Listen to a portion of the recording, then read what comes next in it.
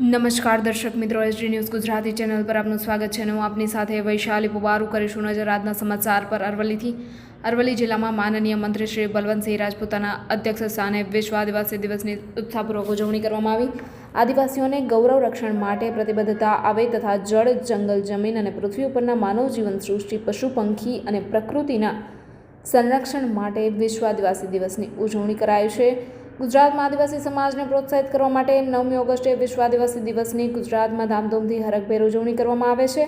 શામળાજીના મેળે રણઝણિયું રે પેજણિયું વાગે ગીતના નૃત્ય સાથે ઉત્સાહથી આદિવાસી દિવસની ઉજવણીના કાર્યક્રમની શરૂઆત કરવામાં આવી હતી. મંચસ્થ સન્માનનીય વહીવટીતંત્રના અધિકારીશ્રીઓ અને પદાધિકારીશ્રીઓએ આદિવાસીઓની ઓળખ એવું માથે ફાળ્યું બાંધીને આદિવાસીઓના સન્માનને વધાવ્યું હતું.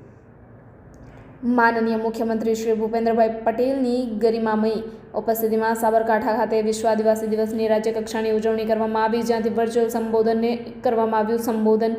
આ કાર્યક્રમમાં જિલ્લા કલેક્ટર શ્રી પ્રશસ્તિ પારીખ, જિલ્લા પંચાયત પ્રમુખ શ્રી પ્રિયંકાબેન ડામોર, જિલ્લા વિકાસ અધિકારી શ્રી દિપેશભાઈ કેડિયા, સંયુક્ત કમિશનર શ્રી આદિજાતિ, ધારાસભ્ય Shri P C. Baranda, વનરક્ષક Shri DRDA director Shri, અન્ય અધિકારીશ્રીઓ અને પદાધિકારીઓશ્રીઓ તેમજ બોડી સંખ્યામાં આદિવાસી ભાઈઓ, બહેનો અને યુવાનો ઉપસ્થિત રહ્યા હતા.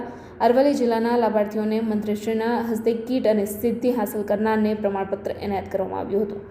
Reporter Jagdish Solanki, SD news Gujarati, Aravalli.